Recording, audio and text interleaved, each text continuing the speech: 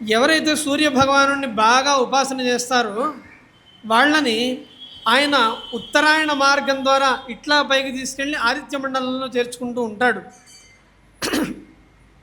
అట్లా ఉత్తరాయణ మార్గంలో వీళ్ళు సంచారం చేసేటప్పుడు వీళ్ళకి 13 మజిలీలు ఉంటాయట.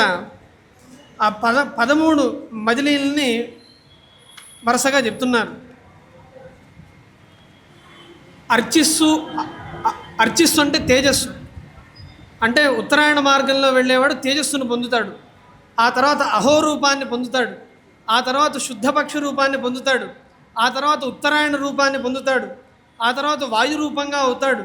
ఆ తర్వాత సంవత్సర రూపంగా అవుతాడు. ఆ తర్వాత దేవతా రూపంగా అవుతాడు. ఆ తర్వాత ద్వాదశాదిత్యుల్లో ఆదిత్యుడు అని పేరు కలిగిన ఆదిత్య రూపంగా అవుతాడు. చంద్రుడుగా అవుతాడు. విద్యుత్ అనే లోకంలో ప్రవేశిస్తాడు. వరుణుడు, ఇంద్రుడు, ప్రజాపతి, అలా మజిలి ఉత్తర మార్గంలో ప్రయాణం చేసే వాళ్ళందరికీ ఉంటుంది. ఆ ఉత్తర మార్గంలో ప్రయాణం చేసే గొప్ప ఉపాసకులకి ప్రాప్యంచ ప్రాపకంచ ప్రథితమతి పథి జ్ఞానిన ముత్తరస్మిన్ సాక్షాత్ బ్రహ్మేత్యుపాస్యం. అట్లా పొందింపదగిన స్థానాన్ని పొందించే ఆదిత్యుణ్ణి, అనగా సాక్షాత్తు బ్రహ్మే అని ఉపాసింపదగిన ఆదిత్యుణ్ణి సకల భయహరాభ్యుద్గమం సంశ్రయామి. ఆ సూర్యోదయం ఎట్లా ఉంటుంది అంటే, ఆయన ఉదయించాడు అంటే సమస్త భయాలు తీరిపోతాయి.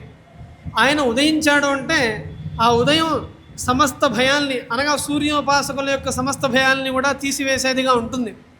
సాంబుడు, శ్రీకృష్ణ పరమాత్మ యొక్క కుమారుడు సాంబుడు, తనకేదో దీర్ఘరోగం కలిగితే సూర్యభగవాను సాంబ పంచాశత్తు, ఒక 50 శ్లోకాలు సూర్యభగవాను మీద రచించి సాంబుడు సూర్యానుష్ఠానం ద్వారా దీర్ఘరోగ విముక్తుడైనాడు అని మనకి చరిత్ర.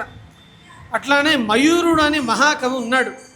ఆ మయూరుడు అనే మహాకవి తనకి దీర్ఘమైన కుష్ఠరోగం వచ్చినప్పుడు ఆయన జంభారాతి భగుంభో అని శ్రద్ధరలోనే అభయ దీక్షితేంద్రుల వారు రచించినట్టుగానే శ్రద్ధరావృత్తంలో సూర్య శతకాన్ని రచించి ఆయన రోగ విముక్తుడైనాడు అని సమీపంలో వచ్చిన కొంతమంది కవుల్లో మయూరుడు అని మహాకవి, ఆయన యొక్క కృతులన్నీ కూడా చాలా గొప్పవే అని సారస్వత లోకంలో గొప్ప ప్రసిద్ధి.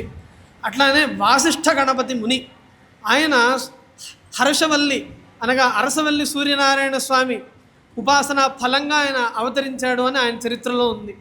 ఇట్లా ప్రాప్యంచ ప్రాపకంచ ప్రథితమతి పథి జ్ఞానినాముత్తరస్మిన్, జ్ఞానులందరూ కూడా ఆయన యొక్క అంశ చేత కలుగుతూ ఉంటారు అని మనకి లోకంలో ప్రసిద్ధి. సాక్షాత్ బ్రహ్మేత్యుపాస్యం. అంతేకాదు మరో విశేషం కూడా ఉంది. ఎవరికైతే ఒక్క కొడుకున్నాడో వాడి మీద సూర్య దృష్టి బాగా ఉంటుందిట. ఎవరికైతే ఒక్కగానొక్క కొడుకున్నాడో వాడి మీద సూర్య దృష్టి ఉంటుందిట. ఎందుకు అంటే సూర్య ఏకాకి చరతి, ఆయన ఒక్కడుగా సంచారం చేస్తూ ఉంటాడు. కాబట్టి ఒక్క కొడుకు ఎవరికైతే ఉన్నారో వాళ్ళ మీద సూర్య ప్రభావం ఎక్కువగా ఉంటూ ఉంటుంది. సాక్షాత్తు బ్రహ్మస్వరూపుడు. ఆయన్ని మనం ప్రతిరోజు కూడా ఆయనే బ్రహ్మే నేను, అహం బ్రహ్మాస్మి బ్రహ్మైవాహమస్మి సంధ్యావందనంలో ధ్యానం చేస్తూ ఉండాలని చెప్తున్నారు. సకల భయహరాభ్యుద్గమం సంశ్రయామి. పైగా అభ్యుద్గమం అన్నాడు ఆయన. ఉద్గమం అంటే ఉదయము అని అర్థం. అభ్యుద్గమం అంటే అర్థం ఏంటి అంటే, ఏ వ్యక్తికి ఆ వ్యక్తి ప్రతిరోజు కూడా సూర్యుడు నన్ను చూసే ఉదయిస్తున్నాడు అని అనుకుంటూ ఉంటాడు. అట్లా అందరికీ అంత స్నేహంగా ఉన్నవాడు అందరితోనూ. ఏ వ్యక్తికి ఆ వ్యక్తి అయ్యా సూర్యుడు నన్ను చూసి ఉదయించాడు, నా సూర్యుడు అనుకుంటూ ఉంటాడట. అట్లా సకల భయహరాభ్యుద్గమం సంశ్రయామి. సకల భయాల్ని పోగొట్టే సూర్యుడిని ఆరాధిస్తున్నాను అని చెప్తున్నారు. ఆంజనేయ స్వామి కూడా సూర్యోపాసకుడే. ఆయన సాక్షాత్తు సూర్యుడి దగ్గరికి వెళ్ళి ప్రతిరోజు కూడా ఆయన్ని ప్రదక్షిణ చేస్తూ విద్యాభ్యాసం చేశాడు అని మనకు రామాయణం చెప్తోంది. అందుకనే సీతా అమ్మవారిని వెతకడానికి వెళ్ళేటప్పుడు కూడా ససూర్యాయ మహేంద్రాయ పవనాయ స్వయంభువే భూతేభ్యశ్చాంజలిం కృత్వా చకారగమనే మతిం అని సుందరకాండలో వస్తుంది. మొట్టమొదటి నమస్కారం సూర్యభగవానుడికి చేశాడు ఆయన.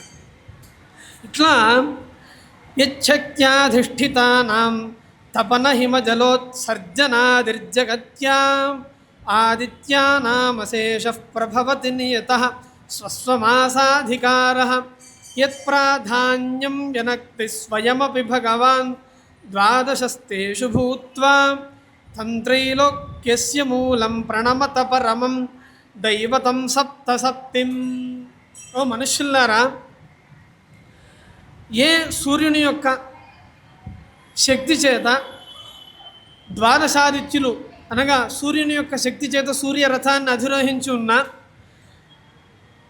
ద్వాదశాదిత్యులకు సంబంధించిన అశేషమైన ఈ తపన హిమ జలోత్సర్జనాదులు అనగా వేడి కలిగించడం, చలిని కలిగించడం, జలాన్ని వదిలిపెట్టడం మొదలైన సమస్త కార్యములు కూడా ఏ అధిష్టాన శక్తి అయిన ఆదిత్యుడు, మూల ఆదిత్యుని యొక్క అధిష్టాన శక్తి చేత ద్వాదశాదిత్యులు చేస్తున్నారో, ఈ ద్వాదశాదిత్యులకి కూడా ఆయా మాసాధికారం నీ యొక్క అనుగ్రహం చేత కలుగుతోంది. అంతేకాదు ఈ ద్వాదశాదిత్యుల్లో 12వ వాడైన విష్ణుమూర్తి, ఆయన కూడా నీ ఆజ్ఞను పరిపాలిస్తూ ఉన్నవాడై, త్రిమూర్తుల్లో ఒకడైన విష్ణువు కూడా నీ ఆజ్ఞా వశవర్తి అయి నీ రథంలో ఉన్నవాడై ఆయన చిట్ట చివరి మాసాధికారాన్ని పొందున్నాడు. ఎప్పుడైతే త్రిమూర్తుల్లో ఒకడైన మహావిష్ణువు నిన్ను సేవిస్తున్నాడో నీ గొప్పతనం ఏమని చెప్పమంటావు? త్రిమూర్తుల్లో ఒకడైన మహావిష్ణుమూర్తి నిన్ను నీ రథంలో ఒక పక్కన చోటు తీసుకుని నీ ఆజ్ఞా వశవర్తి ఆయన సంచరిస్తున్నాడు అంటే నువ్వెంత గొప్పవాడివి.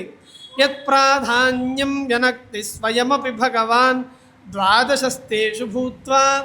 ద్వాదశాదిత్యుల్లో ఒక్కడై విష్ణుమూర్తి నిన్ను సేవిస్తూ నీ ప్రాధాన్యాన్ని ఆయన వెల్లడి చేస్తున్నాడు. తంత్రైలోక్యమూలం ప్రణమత పరమం దైవతం సప్తసప్తిం. ఓ సప్తాశ్వరథారూఢ సూర్యనారాయణ, త్రైలోక్య మూలము ఓ ఆది మూలమైన గజేంద్రుడు స్తోత్రం చేస్తున్నట్టుగా అప్పై దీక్షితేంద్రుల వారు తంత్రైలోక్యమూలం ప్రణమత పరమం దైవతం సప్తసప్తిం. ముల్లోకాలకి మూల స్వరూపుడైన మూలభూతుడైన ఆదిత్యుణ్ణి మనుష్యులారా మీరందరూ కూడా ఆయన్ని స్మరించండి.